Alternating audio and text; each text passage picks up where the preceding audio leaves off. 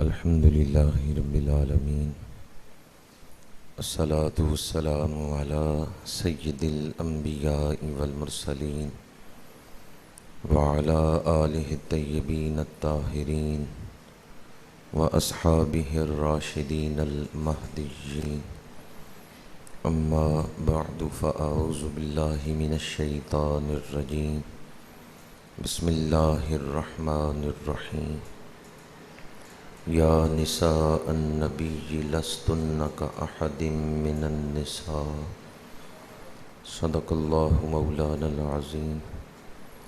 ان اللہ وملائکتہ یصلون علی النبی یا ایہا الذین آمنوا صلوا علیہ وسلموا تسلیما۔ الصلاۃ والسلام علیک یا رسول اللہ وعلى آلك وأصحابك يا حبيب الله، الصلاة والسلام عليك يا خطيب الأنبياء والمرسلين وعلى آلك وأصحابك يا رحمة للعالمين۔ تمام تعریفیں اس ذات کے لیے جس کے سوا کوئی عبادت کے لائق نہیں ہے۔ وہ خالق ہے، مالک ہے، رازق ہے، معبود برحق ہے، ہر شے اس کی عبد ہے۔ اس نے ہمیں بے شمار نعمتیں عطا فرمائیں، گننا شروع کریں تو گنتی ختم ہو جائے گی، اللہ کی نعمتیں ختم نہیں ہوں گی۔ ان نعمتوں میں سب سے بڑی نعمت وجود مصطفیٰ ہے۔ ہمارے آقا کریم صلی اللہ علیہ وآلہ وسلم کے ناموں میں مشہور نام ہے احمد، اور اس کا معنی ہے سب سے زیادہ اللہ کی حمد کرنے والے۔ قیامت کے دن ہمارے آقا کریم جو جھنڈا اٹھائیں گے اس کا نام ہے لواء الحمد، حمد والا جھنڈا۔ اور حدیث پاک ہے الحمدللہ تملأ المیزان، جس نے دنیا میں اللہ کی حمد کی ہے، قیامت کے دن نیکیوں کا پلڑا وزنی ہو جائے گا، اور اسے حضور کے جھنڈے لواء الحمد کے نیچے کھڑا ہونا نصیب ہو جائے گا۔ اس نیت سے ایک دفعہ الحمدللہ پڑھ دیں کہ اللہ ہمیں حضور کے جھنڈے کا سایہ عطا فرمائے۔ الحمدللہ، ہمارے آقا کریم صاحب لواء الحمد ہیں، اور آپ کے ناموں میں ایک مشہور نام احمد ہے، اور یہ امت اللہ کی حمد کرنے والی امت ہے۔ حدیث پاک ہے بخاری شریف میں، میرے آقا کریم نے فرمایا دو کلمے ہیں، زبان پہ ہلکے ہیں لیکن میزان پہ بڑے وزنی ہیں، اور اللہ کے نزدیک وہ بڑے پسندیدہ ہیں۔ سبحان اللہ و بحمدہ سبحان اللہ العظیم۔ اللہ تعالیٰ کی حمد کے بعد بے شمار درود و سلام اس ہستی پاک پہ جو اللہ کی معرفت کا باعث بنے ہیں۔ اللہ تک پہنچنے کا ایک ہی راستہ ہے، اور وہ راستہ وجود مصطفیٰ، بارگاہ مصطفیٰ، نسبت مصطفیٰ۔ بخدا خدا کا یہی ہے در، نہیں اور کوئی مفر مکر، جو وہاں سے ہو یہیں آ کے ہو، جو یہاں نہیں سو وہاں نہیں۔ جو حضور پہ درود پڑھتا ہے میرے آقا کریم اس کی طرف خوش ہو کے نگاہ فرماتے ہیں، اور حضور کی نگاہ کا اثر کیا ہے، فیض کیا ہے، جس طرف اٹھ گئی دم میں دم آ گیا، اس نگاہ عنایت پہ لاکھوں۔ جو درود شریف پڑھتا ہے اگر اس کے دل میں تاریکی ہو، اندھیرا ہو، درود شریف کی برکت سے دل روشن ہو جاتا ہے۔ اگر اس کے اخلاق اچھے نہ ہوں، درود شریف کی برکت سے اخلاق سنور جاتے ہیں۔ اگر وہ گمراہی میں پڑا ہوا ہو تو درود شریف کی برکت سے اسے جنت کا راستہ نصیب ہو جاتا ہے۔ اللہ تعالی ہمیں اہل درود میں شامل فرمائے۔ اللہ تعالی ہمیں کثرت سے درود شریف پڑھنے کی توفیق عطا فرمائے۔ آج میں آپ احباب کے سامنے سیرت نبوی کا ایک پہلو بیان کر رہا ہوں۔ اس مہینے میں جہاں جلیل القدر اولیاء کرام کے وصال ہوئے ہیں، وہیں ام المومنین حضرت جویریہ رضی اللہ تعالی عنہا کے بارے میں ایک روایت ہے کہ آپ کا وصال اس مہینے میں ہوا، اور بعض کے نزدیک آپ کا وصال ربیع الاول شریف میں ہوا، لیکن ربیع الاول شریف میں بھی آپ کے چونکہ ذکر کو اس حوالے سے موضوع بنا کے بالعموم نہیں کیا جا سکتا کہ وہاں ان دنوں میں میلاد شریف کے موضوعات ہوتے ہیں، تو اس لیے آج آپ کے سامنے سیرت نبوی کا ایک پہلو بیان کر رہا ہوں۔ غزوہ بنی مستلق میں حضرت جویریہ رضی اللہ تعالی عنہا کس طرح حضور کے نکاح میں آئی ہیں، اور ام المومنین کی سیرت کیا ہے، شان کیا ہے، اور آج کی عورتوں کے لیے آپ کا پیغام کیا ہے، نمونہ کیا ہے۔ دعا گو ہوں کہ خالق کائنات مجھے حق گوئی کی توفیق عطا فرمائے۔ خطبہ کے دوران میں نے قرآن پاک کے جو مقدس کلمات تلاوت کیے ہیں، ان میں اللہ کریم نے ارشاد فرمایا، اے نبی کی ازواج، اے نبی کی بیویوں، تم عام عورتوں کی طرح نہیں ہو، دنیا کی دوسری عورتوں کی طرح نہیں ہو۔ اللہ تعالیٰ نے حضور کو جو دیا ہے شان والا دیا ہے۔ ازواج مطہرات چنی ہوئی خواتین ہیں، انہیں اللہ نے منتخب فرمایا ہے اپنے محبوب کی زوجیت کے لیے۔ حضور پاک ہیں، تو جو ازواج آپ کے عقد میں آئی ہیں، جنہیں حضور نے اپنے حرم میں شامل کیا ہے، وہ بھی پاک کردار کی مالک ہیں، وہ بھی اعلیٰ سیرت کی مالک۔ دور جاہلیت میں بھی حضرت برہ، جن کا نام بعد میں جویریہ رکھا گیا ہے، یہ سوائے اپنے محرم کے کسی کو چہرہ نہیں دکھاتی تھی، یعنی باپ ہے یا بھائی ہے، اس کے سامنے تو آپ چادر کے بغیر بھی باپ یا بھائی کے سامنے بیٹھ جاتی تھیں، لیکن غیر محرموں کے سامنے دور جاہلیت میں بھی حضرت جویریہ پردہ کرتی تھیں۔ بنو مستلق مدینہ منورہ سے کچھ فاصلے پر ایک قبیلہ آباد تھا، اس کا سردار حارث بن ابی درار۔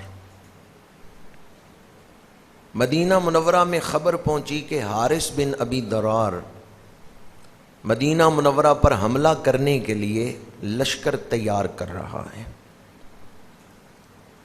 آپ صلی اللہ علیہ وآلہ وسلم نے حضرت بریدہ اسلمی کو بھیجا،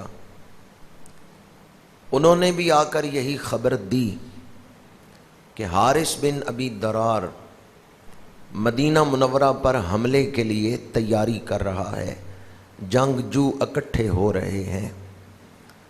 میرے آقا کریم صلی اللہ علیہ وآلہ وسلم نے صحابہ کو حکم دیا کہ تم تیاری کرو، اس سے پہلے کہ حارث بن ابی درار مدینہ منورہ پر آ کے حملہ کرے، ہم آگے بڑھ کے اس کو روکتے ہیں، ہم آگے بڑھ کے اس کے علاقے میں ہی اس کو روکتے ہیں۔ اور اس سے مسلمانوں کی طاقت کا اظہار تھا کہ مسلمان کمزور نہیں ہیں۔ ادھر حارث بن ابی درار کو پتہ چلا اور مسلمانوں کی طاقت کا اس کو اندازہ ہوا، تو وہ قبیلے سے بھاگ گیا، لیکن چند لوگ مسلمانوں کے ساتھ لڑائی کے لیے میدان میں نکلے۔ 11 کفار مارے گئے، قتل ہوئے، ایک صحابی شہید ہوئے، اور اللہ تعالیٰ نے مسلمانوں کو شاندار فتح عطا فرمائی۔ 600 قیدی اس جنگ میں مسلمانوں کی قید میں آئے. 100 کے قریب خاندان تھے جو گرفتار ہوئے. مال غنیمت کے علاوہ تقریباً 600 افراد قیدی تھے. ان میں قبیلہ بنو مستلق کے سردار حارث بن ابی درار کی بیٹی جناب برہ بھی شامل تھی. اس وقت آپ کا نام برہ تھا. جب مال غنیمت تقسیم کیا گیا ہے اور قیدی اس دور میں چونکہ مختلف صحابہ میں مجاہدین میں تقسیم کر دیے جاتے تھے، تو جناب برہ ایک انصاری صحابی ہیں حضرت ثابت بن قیس، ان کے حصے میں آئیں. وہ چاہتے تو چونکہ اس دور میں انسانوں کی خرید و فروخت بھی ہوتی تھی، انہیں بیچ بھی سکتے تھے، چاہتے تو اپنی نوکرانی بنا کے بھی رکھ سکتے تھے. لیکن جناب ثابت بن قیس نے کہا کہ میں آپ سے مکاتبت کرتا ہوں، اور مکاتبت یہ ہے کہ آپ مجھے 9 اوقیہ سونا دے دیں، آپ آزاد ہیں. تو جناب برہ نے کہا ٹھیک ہے، میں تمہیں 9 اوقیہ سونا دے دیتی ہوں، 9 اوقیہ، اور پھر میں آزاد ہوں. حارث بن ابی درار کو پتہ چلا کہ میری بیٹی گرفتار ہو گئی ہے. تو حارث بن ابی درار جو پہلے تو قبیلے سے بھاگ گیا تھا، وہ قیدیوں میں بھی شامل نہیں تھا، اب وہ اپنا سامان اور اونٹ لے کے مدینہ منورہ آیا تاکہ فدیہ دے کے اپنی بیٹی کو آزاد کروا لے. راستے میں آتے ہوئے اس نے اپنے اونٹوں پر نظر دوڑائی. 2 اونٹ بڑے قیمتی تھے. وہ 2 اونٹ اس نے ایک وادی میں چھپا دیے، انہیں مدینہ منورہ نہیں لے کے آیا، وہ کسی کے پاس چھوڑ دیے. باقی اونٹ لے کے مدینہ منورہ پہنچا. جس لمحے وہ حضور کے دروازے پہ پہنچا ہے، اسی لمحے جناب برہ بھی حضور کے دروازے پہ آئی ہیں کہ 9 اوقیہ سونا میری کتابت ہے، زر کتابت ہے، تو اگر آپ میری مدد فرمائیں تو میں آزاد ہو جاؤں گی. اسی دوران حارث بن ابی درار بھی آ گئے. حارث بن ابی درار نے آ کے کہا کہ میں قبیلے کا سردار ہوں، میری بیٹی قیدی نہیں رہ سکتی، آپ یہ اونٹ میں لایا ہوں قبول فرمائیں اور میری بیٹی کو آزاد کر دیں. میرے آقا کریم صلی اللہ علیہ وآلہ وسلم نے فرمایا یہ اونٹ جو تو نے سامنے کھڑے کیے ہوئے ہیں میں انہیں بھی دیکھ رہا ہوں، اور جو 2 اونٹ تو فلاں وادی میں چھپا کے آیا ہے میں انہیں بھی دیکھ رہا ہوں.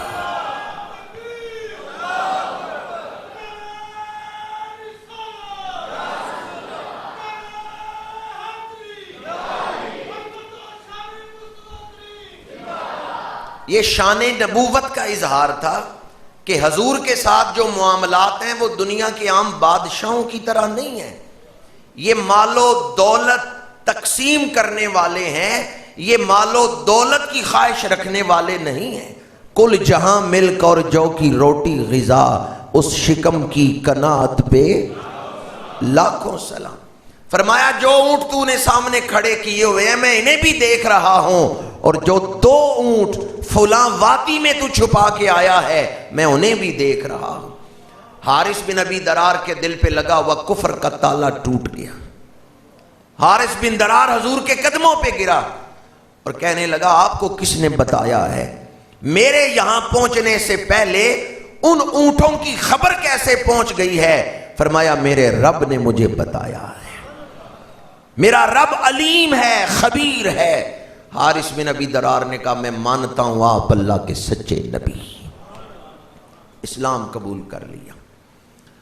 آپ نے فرمایا تمہاری بیٹی کا معاملہ ہم اسی پر چھوڑتے ہیں، اگر یہ تمہارے ساتھ واپس جانا چاہے تو جا سکتی ہے، اور اگر یہ مدینہ منورہ میں رہنا چاہے تو تم اسے نہیں روکو گے. اس نے کہا ٹھیک ہے. حارث بن ابی درار نے جناب برہ سے کہا کہ میرے ساتھ واپس قبیلے میں چلو.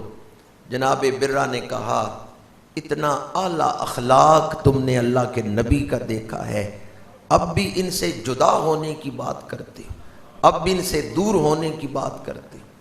میرے آقا کریم نے جناب برہ کو اپنے نکاح میں قبول فرمایا ہے۔ اور بعض سیرت نگاروں نے یہ روایت نقل کی ہے کہ حارث بن ابی درار جب مدینہ منورہ میں پہنچا تو اس نے جناب ثابت بن قیس انصاری کو فدیہ دے کر جناب برہ کو آزاد کروایا۔ اس کے بعد حضور نے انہیں دعوت نکاح دی ہے، ان کے والد کو نکاح بھیجا ہے، رشتہ بھیجا ہے، تو حارث بن ابی درار نے اپنی بیٹی کا رشتہ حضور سے طے فرمایا ہے۔ نکاح ہو گیا، جناب برہ حضور کے نکاح میں آئیں۔ باقی کتنے قیدی تھے جو مسلمانوں کے پاس تھے؟ اب ذرا صحابہ کی عقیدت دیکھیں۔ صحابہ ایک دوسرے سے کہنے لگے قبیلہ بنو مستلق کی بیٹی حضور کے نکاح میں آ گئی ہے، اس قبیلے کے لوگوں کو ہم قیدی کیسے رکھ سکتے ہیں؟ یہ تو حضور کے سسرالی ہو گئے۔ کسی ایک صحابی نے بھی قیدی پاس نہیں رکھے، سب نے قیدی آزاد فرما دی۔ کہا یہ تو حضور کے سسرالی رشتہ دار ہو گئے، اب ہم انہیں قیدی کیسے رکھ سکتے ہیں؟ اے صحابہ، تمہاری محبت رسول پر ہزاروں سلام۔ اے صحابہ، تم نے نسبتوں کا احترام کیا، تمہاری اس محبت کو ہزاروں سلام۔ صحابہ نے کہا اب ہم انہیں قیدی کیسے رکھ سکتے ہیں؟ قبیلہ بنو مستلق کی ایک بیٹی تو حضور کے نکاح میں آ گئی۔ میرے آقا کریم نے ان کا نام جویریہ پسند فرمایا۔ یہ جاریہ سے ہے، اور جاریہ کا معنی بیٹی ہے، اس سے تصغیر ہے، چھوٹی لڑکی۔ حضرت ام المومنین سیدہ عائشہ صدیقہ رضی اللہ تعالی عنہا فرماتی ہیں کسی عورت کو اپنے خاندان کے لیے اتنا بابرکت نہیں میں نے دیکھا جتنا جناب جویریہ کو دیکھا ہے، کہ جب یہ حضور کے نکاح میں آئی ہیں پورا قبیلہ ہی آزاد ہو گیا ہے۔ صحابہ کرام نے اپنی خوشی سے سارے قبیلے کو ہی آزاد کر دیا۔ پتہ چلتا ہے صحابہ کرام حضور کی نسبت کا ادب کرنے والے۔ اب آپ اندازہ کر سکتے ہیں جو صرف اس وجہ سے قبیلہ بنو مستلق کے قیدیوں کو آزاد کر رہے ہیں کہ یہ قیدی حضور کے سسرالی خاندان سے تعلق رکھتے ہیں، سسرالی خاندان سے۔ یہ ہمیں زیب نہیں دیتا کہ حضور کے سسرالی خاندان کے افراد ہماری قید میں ہوں۔ جو سسرالی خاندان کا اتنا لحاظ کر رہے ہیں وہ خود حضور کی اولاد سے کتنی محبت کرتے ہوں، وہ حضور کی اولاد سے کتنی محبت کرتے ہوں گے اور کتنا ادب کرتے ہوں گے۔ حقیقت یہ ہے کہ صحابہ کرام اہل بیت کے سچے محب ہیں۔ بعض سیرت نگاروں کے نزدیک 5 ہجری میں یہ واقعہ پیش آیا، اور حضرت ابن اسحاق ان کے نزدیک 6 ہجری میں یہ واقعہ پیش آیا۔ میرے آقا کریم کے علم کو دیکھ کر حارث بن ابی درار نے کلمہ پڑھ لیا، اسلام قبول کر لیا۔ آج بھی اگر ہم حضور کے علم کو دنیا کے سامنے رکھیں کہ آؤ دیکھو ہمارے آقا کریم کی شان علم کیا ہے، تو آج کے کافر بھی حضور کا کلمہ پڑھ سکتے ہیں۔ حضور کے معجزات ہیں، برحق ہیں، حضور کا حسن و جمال ہے، برحق ہے اور بے مثال ہے۔ حضور کی شانوں کے مختلف پہلو ہیں، ان میں ایک پہلو حضور کی شان علم ہے۔ ہر پہلو میں حضور بے مثال ہے، اور ہر پہلو کافروں کے لیے دعوت اسلام ہے۔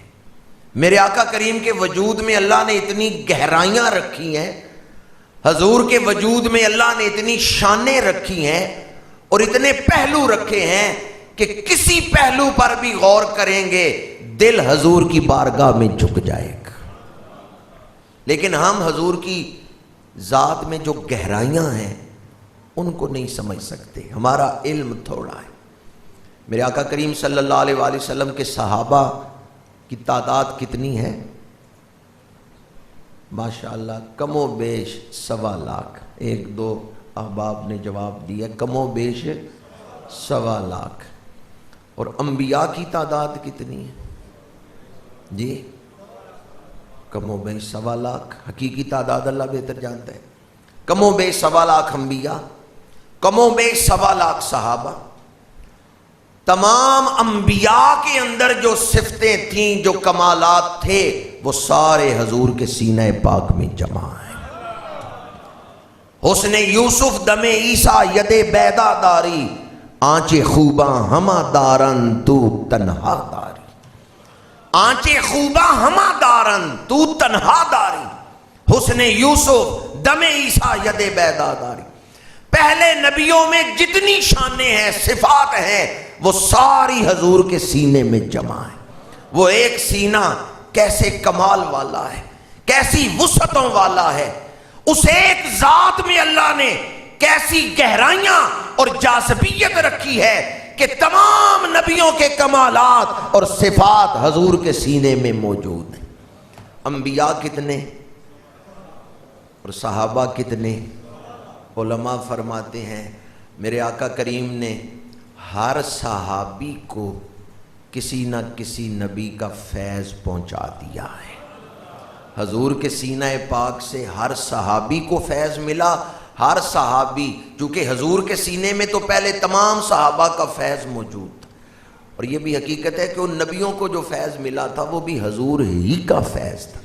لا و رب العرش جس کو جو ملا ان سے ملا، بٹتی ہے کونین میں نعمت رسول اللہ کی.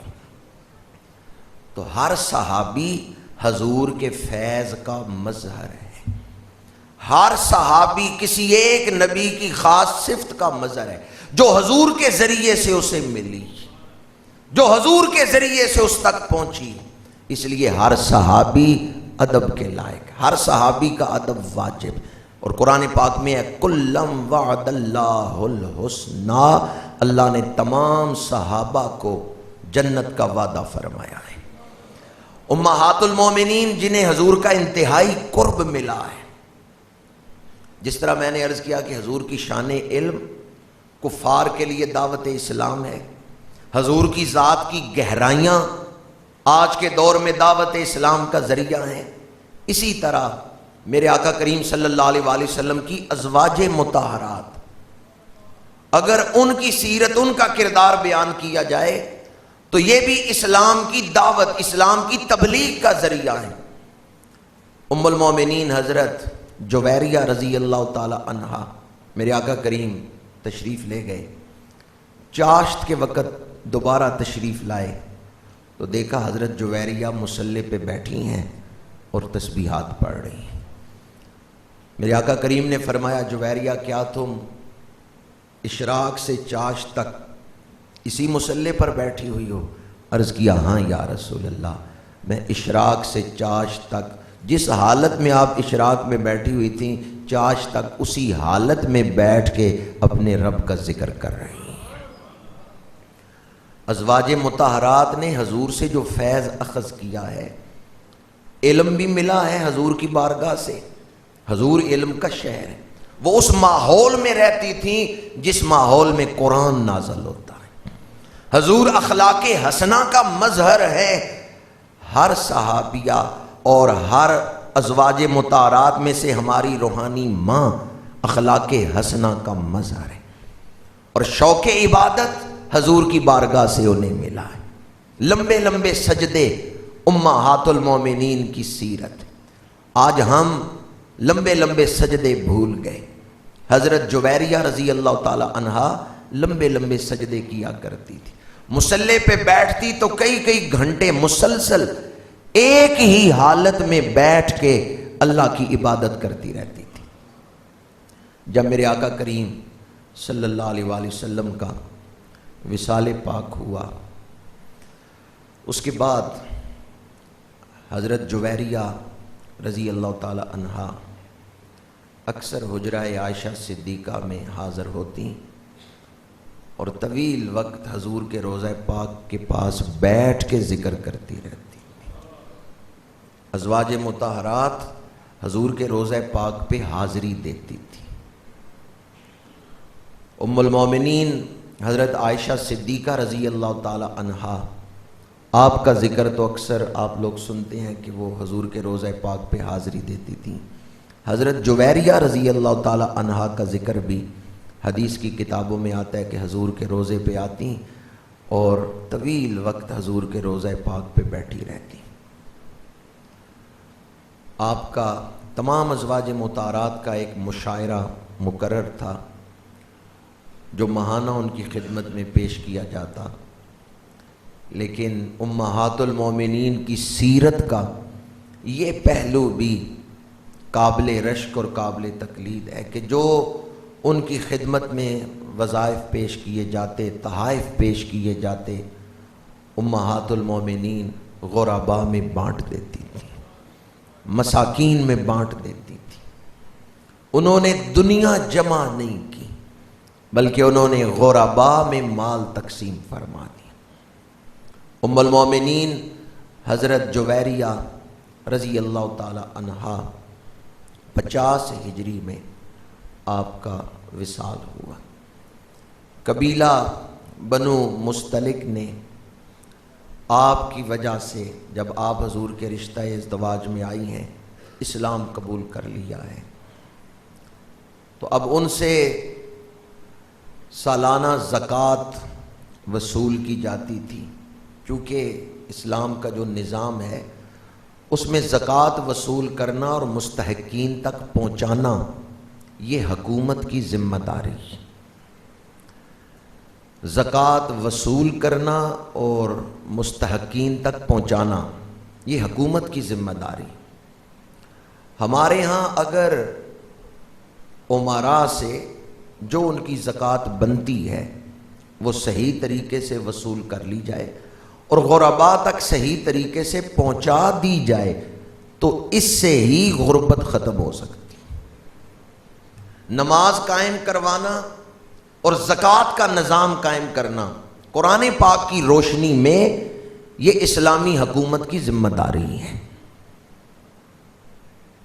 میرے آقا کریم صلی اللہ علیہ وآلہ وسلم نے ولید بن عقبہ رضی اللہ تعالی عنہ کو بھیجا قبیلہ بنو مستلق سے زکوٰۃ وصول کرنے کے لیے. ولید بن عقبہ رضی اللہ تعالیٰ عنہ جب اس قبیلے کے قریب پہنچے اور اہل قبیلہ کو پتہ چلا رسول اللہ صلی اللہ علیہ وآلہ وسلم کے صحابی آ رہے ہیں، تو قبیلے کے لوگ نکلے استقبال کے لیے اور ہتھیار لگائے ہوئے استقبال کے لیے نکلے. ولید بن عقبہ نے دیکھا تو انہوں نے سمجھا یہ تو لڑائی کے لیے نکلے، میں ان سے زکوٰۃ وصول کرنے آیا ہوں، یہ لڑائی کے لیے نکل آئے. ولید بن عقبہ نے سواری موڑی، قبیلے تک نہیں پہنچے، وہیں سے سواری موڑی، جو اپنے ساتھ غلام تھے انہیں لیا واپس مدینہ منورہ اور حضور کی بارگاہ میں آ کے عرض کیا یا رسول اللہ صلی اللہ علیہ وسلم وہ لوگ تو لڑائی کے لیے نکل آئے، وہ لوگ تو جنگ کے لیے نکل آئے، جب انہیں پتا چلا کہ میں زکوٰۃ وصول کرنے کے لیے آیا ہوں تو میرے آقا کریم صلی اللہ علیہ وآلہ وسلم مسکرائے، فرمایا وہ جنگ کے لیے نہیں نکلے تھے، وہ تو تمہارے استقبال کے لیے نکلے تھے. لیکن صحابی کو کیا ہوا ہے؟ غلط فہمی. انہوں نے اندازہ لگایا ہے اور اس میں انہیں غلط فہمی ہوئی ہے. قرآن پاک نے اس لیے ہمیں ایک اصول دیا ہے سورہ حجرات میں کہ جب تک تحقیق نہ کر لو فیصلہ نہ سناؤ. جب تک تحقیق انہوں نے دیکھا، اندازہ لگایا، سواری واپس موڑ لی. اب وہ مدینہ منورہ پہنچے ہیں تو قبیلہ بنو مستلق کے کچھ افراد بھی مدینہ منورہ آ گئے اور عرض کیا یا رسول اللہ صلی اللہ علیہ وسلم ہم تو ان کے استقبال کے لیے نکلے تھے اور ہم نے تو اپنے مال اکٹھے کر لیے تھے جو زکوٰۃ پیش کر دی ہیں. لیکن صحابی نے یہ سمجھا ہے کہ شاید ہم لڑائی کے لیے نکلے. تو قرآن پاک نے ہمیں سورہ حجرات میں ایک اصول دیا ہے کہ جب تم فیصلہ کرو تو پہلے کیا کر لو؟ تحقیق کر لو. بغیر تحقیق کے محض گمان پر فیصلہ نہ کرو، محض گمان پہ فیصلہ نہ کرو. اور اگر کوئی فاسق خبر لے کے آئے تو اس پر بھی یقین نہ کرو، فاسق کی خبر پر یقین نہ کرو، کہیں تم جہالت میں وہ قدم نہ اٹھا بیٹھو کہ بعد میں تمہیں اس پر شرمندگی ہو، بعد میں تمہیں ندامت ہو۔ فاسق کی خبر پر یقین کر کے تم وہ قدم اٹھا بیٹھو جس کی وجہ سے تمہیں بعد میں ندامت ہو۔ تو پہلے ہمیں حکم دیا کہ تحقیق کر لو۔ آج ہمیں اس پہلو پر غور کرنے کی بڑی ضرورت ہے، اور ہم اس پر عدم توجہ کی وجہ سے بہت ساری خرابیوں میں مبتلا ہو چکے ہیں۔ معاشرہ ابتری کا شکار ہے۔ اس کی وجہ کیا ہے؟ فیس بک پہ افواہیں اڑائی جاتی ہیں۔ تو جو خبر آپ فیس بک پہ پڑھتے ہیں یا سنتے ہیں یا سوشل میڈیا پہ دیکھتے ہیں، کبھی آپ نے اس کی تحقیق بھی کی؟ میں یہ نہیں کہتا کہ سارے میڈیا والے سارے صحافی ایسے ہیں، اچھے صحافی بھی ہیں، لیکن ایسے صحافی بھی ہیں جن کا کام ہی جلتی پہ تیل ڈالنا ہے۔ ایسے صحافی بھی ہیں جنہوں نے صحافت کو بطور پیشہ اپنایا، جسے زرد صحافت کہتے ہیں۔ وہ افواہ اڑاتے ہیں، آپ افواہ کو پھیلانے والے بن جاتے ہیں، اور پھر معاشرے میں ابتری پھیل جاتی۔ قرآن پاک نے ہمیں ایک اصول دیا ہے، جب تک تحقیق نہ کر لو بات آگے نہ پہنچاؤ۔ کہیں ایسا نہ ہو کہ جہالت میں تم وہ قدم اٹھا بیٹھو جس کی وجہ سے بعد میں شرمندگی ہو، بعد میں ندامت ہو۔ آج اس دور میں سوشل میڈیا نے جہاں اور بہت ساری خرابیاں معاشرے میں پیدا کر دی ہیں، وہیں یہ خرابی بھی پیدا ہو گئی ہے کہ جو بات سوشل میڈیا کرے گا اس بات پہ ہم یقین کر لیں گے، اور بغیر تحقیق کے اس پر یقین کر لیں گے۔ ذرا دل تھام کے مجھے جواب دیں، اگر سوشل میڈیا پر آپ اسی طرح ایمان لے آئے جیسے آپ ایمان، بعض لوگ ایمان لائے ہوئے ہیں سوشل میڈیا پہ کہ جو وہ کہتا ہے یہ بغیر تحقیق کے مان لیتے ہیں، تو کیا اس طرح دجال کا پھیلنا یا مقبول ہونا آسان نہیں ہو گیا؟ کیا دجالیت اس طرح ہمارے اندر آسانی سے نہیں اتر سکتی؟ دجال کے لیے تو راستہ آسان ہو گیا، کیونکہ مسلمانوں کی اکثریت بھی سوشل میڈیا پہ ایمان لا چکی۔ جو کچھ یہاں بیان ہوگا، جو کوئی یہاں خبر چلے گی، وہ اس کو مان لیں گے اور خود تحقیق نہیں کریں گے۔ اس طرح تو دجال کے لیے اپنے آپ کو منوانا آسان ہو گیا۔ خدا را اپنی اولادوں کو سمجھائیں، اپنی اولادوں کو دوزخ کی طرف جاتا ہوا دیکھ رہے ہیں، اور اطمینان کے ساتھ اپنی اولادوں کو دوزخ کی طرف جاتا ہوا دیکھ کے بھی ہم مطمئن ہیں۔ معاشرے میں اس قدر انفیئر مینز پھیل گئے، بد اخلاقیاں پھیل گئی ہیں، جادو عام ہو گیا، بے انصافی عام ہو گئی، تعلیم بزنس بن گئی۔ تعلیم، استاد کبھی بڑی شان رکھتا تھا، لیکن آج استاد صرف فیس لیتا ہے اور اپنے اس منصب کو بھول چکا ہے۔ میں اکثر یہ بات کہتا ہوں، اسلام نے استاد کو فضیلت دی ہے، لیکن اس کا ساتھ مرتبہ بھی بیان کی ہے، اس کا ساتھ منصب اور اس کے فرائض بھی بیان کی ہیں۔ والدین کی بڑی شان ہے، اکثر آپ والدین کی فضیلت سنتے ہیں، پر یاد رکھیں اسلام نے جس کو فضیلت دی ہے اس کے فرائض بھی اس فضیلت کے اعتبار سے مقرر کیے ہیں۔ جس کی جتنی زیادہ فضیلت ہے اتنے زیادہ فضائل۔ یہ فضائل اور فضیلت کا آپس میں بڑا تعلق ہے، فرائض اور فضیلت کا۔ استاد کی فضیلت ہے، مقام ہے، احترام ہے، تو ساتھ استاد کا فرض بھی ہے۔ اگر استاد اپنا فرض ادا نہیں کر رہا تو پھر اپنے منصب سے ناانصافی کر رہے۔ والدین کی فضیلت بڑی ہے، لیکن والدین کے فرائض بھی۔ اگر والدین اپنے ان فرائض کو ادا نہیں کرتے تو وہ اپنے فرض کے ساتھ ناانصافی کر رہے۔ قیامت کا دن اللہ کریم نے انصاف کا دن مقرر کیا۔ حضرت داتا گنج بخش علی حجویری رحمۃ اللہ تعالی علیہ جب لاہور تشریف لائے تو یہاں کفر و شرک کا عروج تھا، لیکن کون سی چیز تھی جس نے اسلام کو پھیلایا؟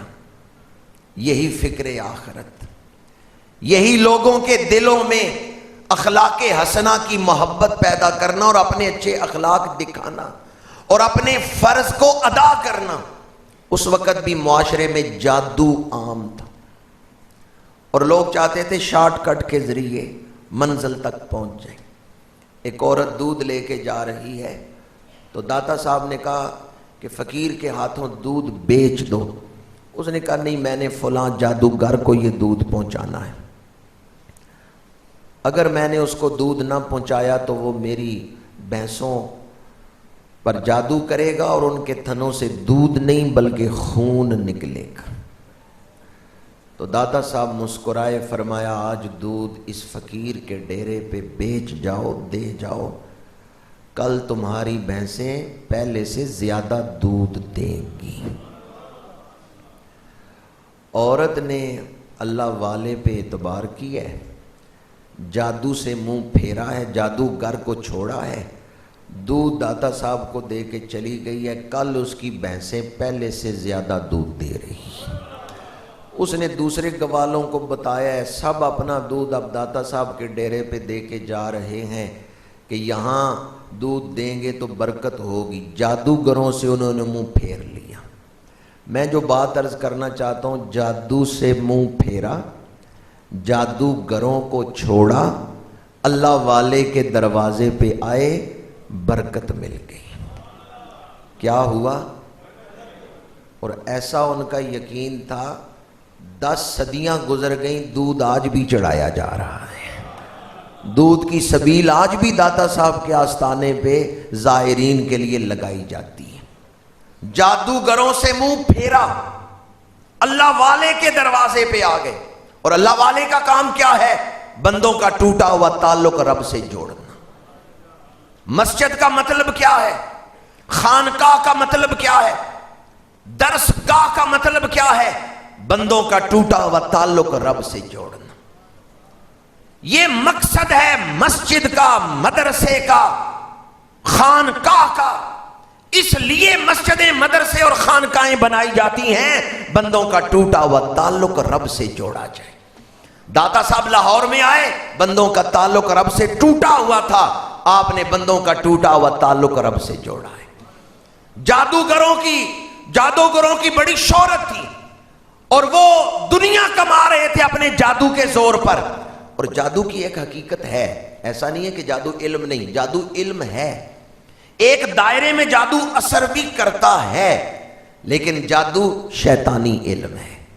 اور بعض جادو ایسے ہیں کہ ان پہ پڑھنے سے آدمی کافر ہو جاتا ہے، اور اکثر جادوگروں کا اخیر جو ہے وہ ماڑا ہوتا ہے، کفر پہ مرتے ہیں، مرتے دم کلمہ نصیب نہیں ہوتا۔ اس لیے خود بھی جادوگروں سے بچیں اور یہ یقین اللہ کی ذات پہ پختہ کریں کہ ہر امر کا فیصلہ کرنے والا میرا رب ہے۔ اس دور کا بہت بڑا جادو تھا رائے راجو، وہ داتا صاحب کے پاس آیا، جب اس کو پتا چلا نا لوگ جادوگروں سے ہٹ رہے ہیں اور اللہ والے کے ڈیرے پہ جا رہے ہیں، تو داتا صاحب کے پاس آ کے مختلف طریقوں سے آپ کو چیلنج کرتا رہا، اللہ والے نظر انداز کرتے رہے۔ داتا صاحب نے توجہ نہیں فرمائی، اس نے کہا میرے مقابلے میں آئیں، دے میں ہوا میں اڑ سکتا ہوں۔ یہ کہہ کے اس نے کچھ منتر پڑھے، اپنے جسم کے ساتھ ہوا میں اڑنے لگا۔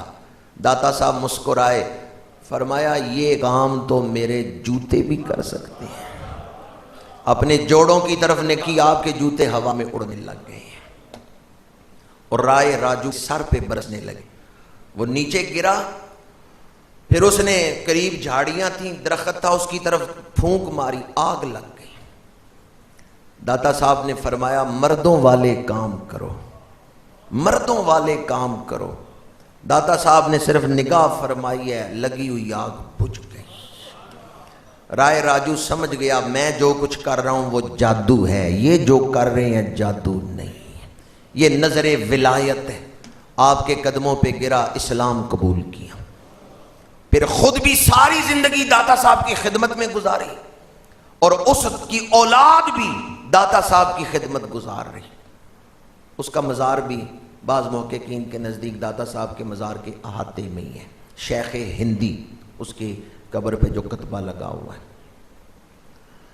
اس دور میں جو حکمران تھے یہاں، انہیں پتہ چلا کہ اسلام پھیل رہا ہے، ہندو مذہب گھٹ رہا ہے، تو بادشاہ نے رات کے وقت اپنے سپاہی بھیجے. یہ بات میں عرض کرنا چاہتا تھا، شوق عبادت میں ام المومنین کا شوق عبادت عرض کر رہا تھا.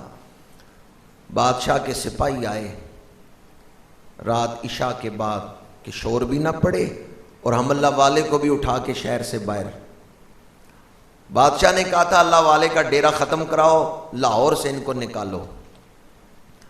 سپاہی آئے، دیکھا داتا صاحب مصلی پہ بیٹھے ہیں، اللہ کا ذکر کر رہے ہیں. رات کے آخری حصے میں داخل ہوئے، دیکھا اسی طرح مصلی پہ بیٹھے ہوئے ہیں. ایک سپاہی نے کہا یہ تو ساری رات اسی طرح عبادت کرتے رہیں گے، ہم نے صبح بادشاہ کو جواب بھی دینا ہے، تو چلو ایسا کرو ان کے خیمے کو آگ ہی لگا دو. کافر تھے، بادشاہ کا حکم پورا کرنا تھا. خیمے کو آگ لگائی، تھک گئے کوشش کر کر کے اس خیمے کو آگ نہیں لگا سکے، داتا صاحب کے ڈیرے کو آگ نہیں لگا سکے. اب داتا صاحب مصلی سے اٹھے اور باہر نکلتے ہوئے فرمایا بیٹا ہم آگ بجھانے کے لیے یہاں آئے ہیں. انہوں نے تلخ کلامی کی. انہوں نے کہا آج رات صبح سے پہلے پہلے آپ نے لاہور چھوڑنا ہے، باہر نکلنا ہے. داتا صاحب نے فرمایا اب تو قیامت تک یہ شہر میرے نام سے ہی مشہور رہے گا، داتا کی نگری. اور تم کہتے ہو صبح سے پہلے پہلے میں نے اس شہر کو چھوڑنا ہے. نہ آگ لگا سکے، نہ داتا صاحب کو وہاں سے نکال سکے. دوسرے دن بادشاہ کے محل میں آگ لگ گئی. بڑی کوشش کی، آگ نہیں بجھ رہی.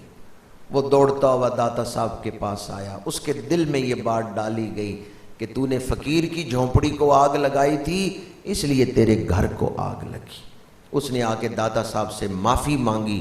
غلام دوڑتے ہوئے انہوں نے کہا گھر کی آگ بجھ گئی. پہلے بڑی کوشش کر رہے تھے، آگ نہیں بجھ رہی تھی. جب اس نے سنا کہ آگ بجھ گئی ہے، اس نے بھی اسلام قبول کر لیا. بھاٹی دروازہ مشہور تھا جس کے باہر داتا صاحب کا ڈیرا تھا. تو بعض آپ کے مریدین نے کہا کہ اس کو حجویری دروازہ کہا جائے. پورا لاہور ہی آپ کے نام سے مشہور ہے، داتا کی نگری. حضرت داتا گنج بخش علی حجویری رحمت اللہ تعالی علیہ کثرت عبادت، شوق عبادت، ساری ساری رات مصلی پہ بیٹھے رہتے. آپ نے لاہور میں ڈیرا لگایا تو پہلا کام یہ کیا ہے کہ مسجد بنوائی. جہاں بھی ہمارے صوفیاء گئے ہیں وہاں انہوں نے اپنے ڈیرے کے ساتھ پہلا کام یہ کیا ہے کہ مسجد بنوائی، بندوں کا تعلق رب سے جوڑا ہے. 20 صفر حضرت داتا صاحب رحمت اللہ تعالی علیہ آپ کا وصال مبارک ہے اور آپ کا عرس پاک ہوتا ہے. ہماری گردنوں پہ آپ کا احسان ہے. ہمارے آباء و اجداد کو کلمہ پڑھانے والے حضرت داتا گنج بخش علی حجویری اور حضرت خواجہ معین الدین چشتی اجمیری رحمت اللہ تعالی علیہ، اور فتنوں سے بچا کر اسلام کا پرچم بلند کرنے والے حضرت مجدد الف ثانی شیخ احمد سرہندی رحمت اللہ تعالی علیہ. کسی دوست نے سوال کیا ہے کہ حضرت شہنشاہ بغداد رضی اللہ تعالیٰ عنہ کا زمانہ پہلے ہے یا داتا صاحب کا؟ داتا صاحب کا زمانہ پہلے ہے. داتا صاحب کا وصال ہو چکا تھا، اس کے بعد حضور غوث اعظم کی ولادت ہوئی. تو حضرت داتا گنج بخش علی حجویری رحمت اللہ تعالی علیہ آپ کا زمانہ پہلے ہے اور حضور غوث اعظم رضی اللہ تعالیٰ عنہ بعد میں تشریف لائے. اور بعض روایتوں میں ہے کہ آپ نے یہ فرمایا اگر مجھے سید علی حجویری کا زمانہ ملتا تو میں ان کی بیعت کر لیتا.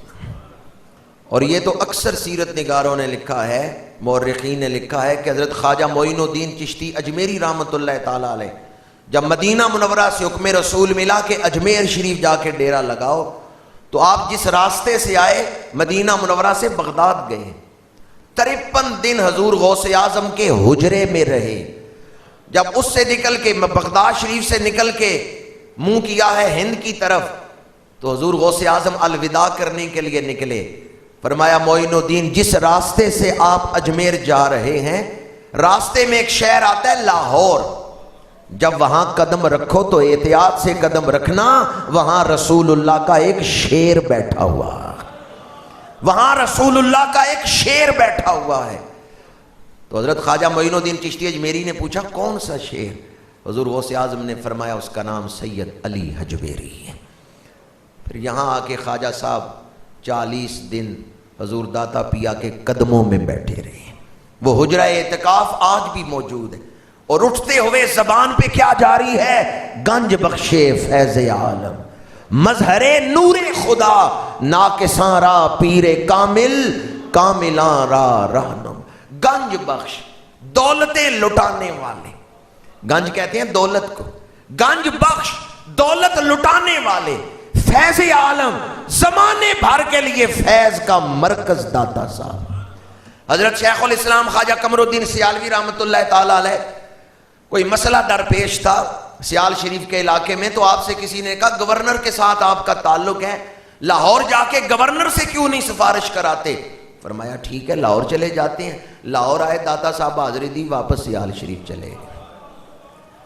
تو جنہوں نے عرض کیا تھا کہ گورنر سے جا کے کہیں، انہوں نے پوچھا حضور گورنر سے ملاقات ہو گئی ہے؟ فرمایا ہاں، ہم اپنے گورنر کی خدمت میں درخواست دے آئے ہیں۔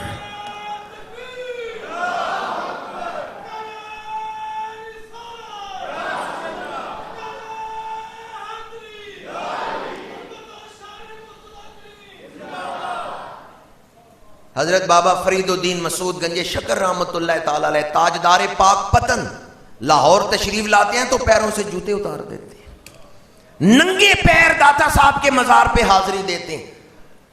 آپ کے ارادت مند اور متعلقین پوچھتے ہیں کہ آپ ننگے پیر کیوں حاضری دے رہے ہیں؟ فرمایا یہاں میرے دادا پیر اعتکاف کیے رہے ہیں، یہاں خواجہ معین الدین چشتی اجمیری نے چلا کاٹا ہے، تو مجھے یہاں جوتے پہن کے آتے ہوئے حیا آتی۔ آنکھ والے جانتے ہیں داتا گنج بخش کیسی ہستی، ہم اندھوں کو کیا پتا سید علی حجویری کس ہستی کا نام ہے۔ گنج بخش فیض عالم، مظہر نور خدا، ناقصاں را پیر کامل۔ کفر کے اندھیرے میں اسلام کے نور کو پھیلایا ہے تو مظہر نور خدا نے پھیلایا ہے۔ ناقصاں را پیر کامل، کوئی ناقص آئے تو آپ اس کو کامل بنا دیتے ہیں۔ کاملاں را رہنما، کوئی کامل آئے اس کو اگلی منزل تک پہنچا دیتے ہیں۔ یعنی آپ کا وجود خیر و برکت ہی کا ذریعہ ہے۔ جو بھی یہاں آتا ہے ناقص ہو یا کامل ہو، خالی نہیں جاتا، جھولی بھر کے ہی جاتا ہے، کچھ نہ کچھ لے کے ہی جاتا ہے۔ یہاں خزانے لٹائے جا رہے ہیں، وہاں حاضری نہ دے سکیں تو یہاں سے ہی ایصال ثواب کریں۔ آج نماز جمعۃ المبارک کے بعد ہم اس ماہ میں جن ہستیوں کے وصال ہوئے ان کی بارگاہ میں ارمغان عقیدت پیش کریں گے۔ اللہ تعالی ہمیں اسلاف کی تعلیمات پہ عمل کی توفیق عطا فرمائے۔ ہم ان ہستیوں کے وارث ہیں جن کی زندگیاں اللہ کی عبادت میں گزری اور لوگوں کا ٹوٹا ہوا تعلق رب سے جوڑنے میں گزری، لہٰذا ہمیں بھی اپنی زندگی شب و روز کے معمولات پر غور کرنا چاہیے کہ ہمارے معمولات رب سے تعلق جوڑنے والے ہیں یا رب سے تعلق توڑنے والے ہیں۔ اللہ تعالیٰ عمل کی توفیق عطا فرمائے۔ وما علیہ